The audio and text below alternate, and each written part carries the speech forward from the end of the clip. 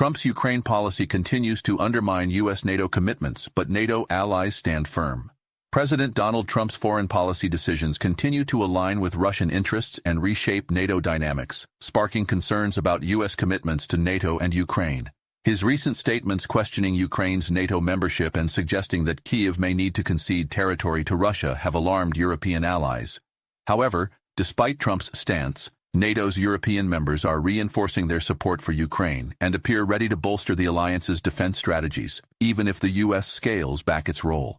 This report examines how Trump's stance impacts NATO's unity, the countermeasures European allies are implementing, and how NATO might adapt to reduced U.S. involvement. Trump's stance on Ukraine and NATO. In recent remarks, Trump downplayed Ukraine's ability to reclaim all occupied territories and expressed that he was okay with Ukraine not joining NATO.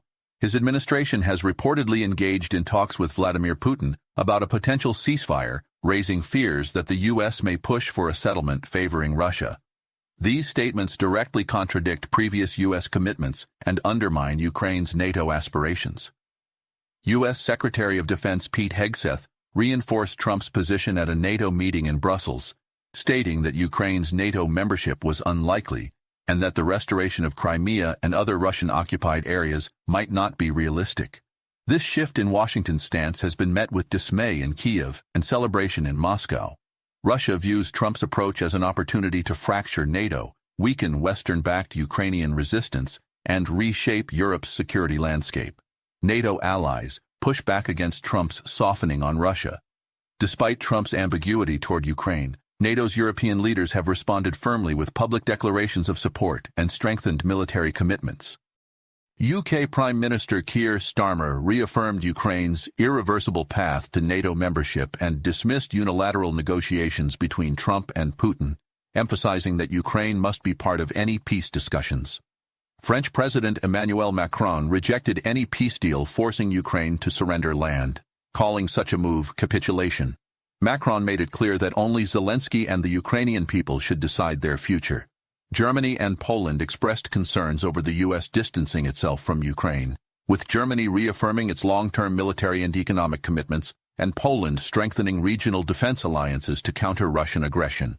NATO defense ministers convened in Brussels to reinforce their collective stance against Russia and warned that any concessions to Moscow would only embolden further territorial expansion. How NATO could adapt if the U.S. pulls back. If Trump's administration reduces U.S. commitments to Ukraine, NATO will have to recalibrate its approach to maintain strategic stability in Europe. Here's how NATO might adapt. 1. Increased European defense spending and military aid. Germany, France, the UK, and Poland have already committed to higher military budgets in response to Russia's ongoing aggression. The EU may establish independent military financing mechanisms to ensure that Ukraine continues to receive weapons and training, even without full U.S. funding. Bilateral defense agreements between NATO states could help fill gaps left by a potential reduction in U.S. military aid. 2. Strengthening the European defense framework. With the U.S. stepping back, the UK and France, NATO's two European nuclear powers, may assume greater leadership roles in coordinating NATO strategy. The EU's Permanent Structured Cooperation, PESCO, and the European Defence Fund could be expanded to enhance joint military coordination, reducing reliance on American command structures. A more self-reliant European defense bloc could emerge, ensuring that Russia faces a unified Western front, even if Trump weakens U.S. support. 3. Bolstering NATO's eastern flank.